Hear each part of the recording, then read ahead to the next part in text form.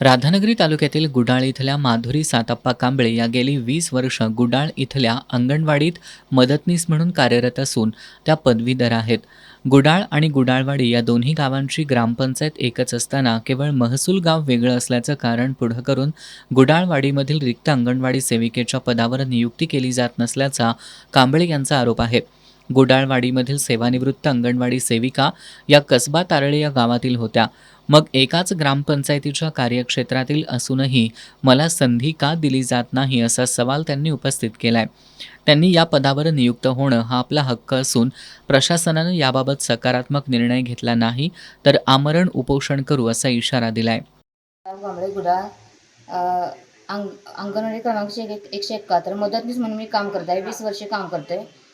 महसूल गाव म्हणून सांगतात. मग माझं गुडाळ आणि गुडाळवाडी एकच ग्रामपंचायत असताना महसूल गाव हे सांगतात. मग मी कुणाकडे दाद मागायची की माझी जे मला पदोन्नती पाहिजे ती कुणाकडे बोलायची. मला हे पद मिळालंच पाहिजे. तारळ्यातली बाई गुडाळवाडीत येऊन काम करू शकते. मग माझं का नाही काम होऊ शकत?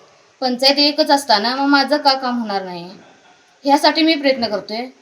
नाही झाले तर मी उपोषणाला बसणार. दरम्यान याबाबत एकात्मिक बालविकास प्रकल्प अधिकारी संतोष वरपे यांच्याशी आमच्या प्रतिनिधींनी संपर्क साधला. गुडाळ आणि गुडाळवाडी या गावांची ग्रामपंचायत एकच असली तरी दोन्ही स्वतंत्र महसूल गावं आहेत. शासनाच्या 2023च्या निर्णयानुसार महसूल गाव वेगळं असल्यानं त्यांची अंगणवाडी सेविका म्हणून नियुक्ती करता येत नसल्याचं वरपे यांनी सांगितलं. श्रीमती माधुरी सातप्पा कांबळे ह्या गुडाळ 171 ह्या अंगणवाडीमध्ये मदतनीस या पदावर कार्यरत आहेत. तर गेल्या वर्षी दिनांक 28 जुलै 2025 रोजी माननीय मुख्य कार्यकारी अधिकारी जिल्हा परिषद कोल्हापूर यांच्या इथे अपीलचा आदेश आलेला आहे. त्या अपिलामध्ये त्या गुडाळ ह्या महसूल गावातील असल्याने त्यांना गुडाळवाडी येथील 102 क्रमांक अंगणवाडी येथे सेविकापदी प्रमोशन किंवा पदोन्नती देता येत नाही याबाबत आदेश प्राप्त आहे.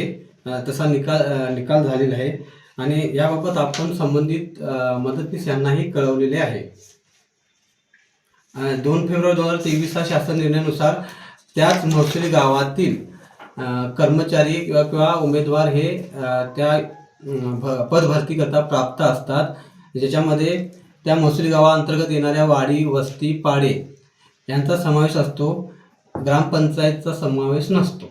आता या प्रकरणात एका बाजूला 20 वर्ष सेवा बजावलेल्या मदतनीस महिलेचा न्यायासाठी संघर्ष सुरू आहे, तर दुसऱ्या बाजूला शासनाच्या नियमाचा आधार घेत प्रशासनानं आपली भूमिका स्पष्ट केली आहे. त्यामुळे यात आता कोणता तोडगा निघतो हे पाहणं महत्त्वाचं आहे.